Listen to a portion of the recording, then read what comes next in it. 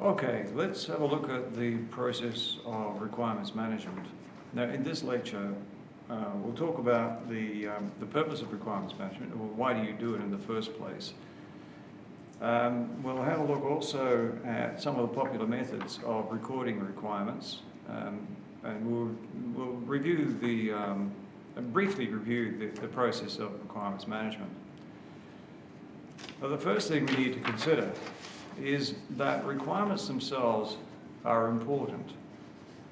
Badly defined, if you look at the history of failures in software development, increasingly it's getting around to it wasn't a technical failure. I mean, the software was implemented perfectly well. What was wrong and what failed was that the requirements were wrong. That is, the customer, didn't understand what they wanted. Or we, the developers, didn't understand what they wanted.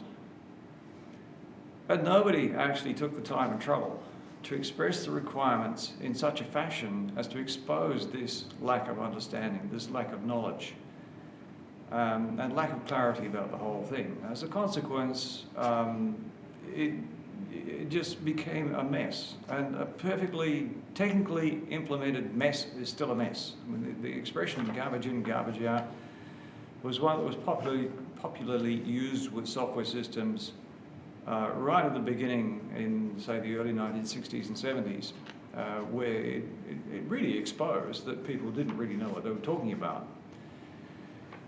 And it's still just as applicable today.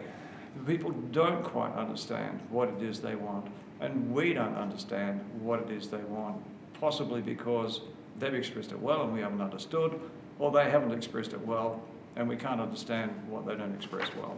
So requirements are important.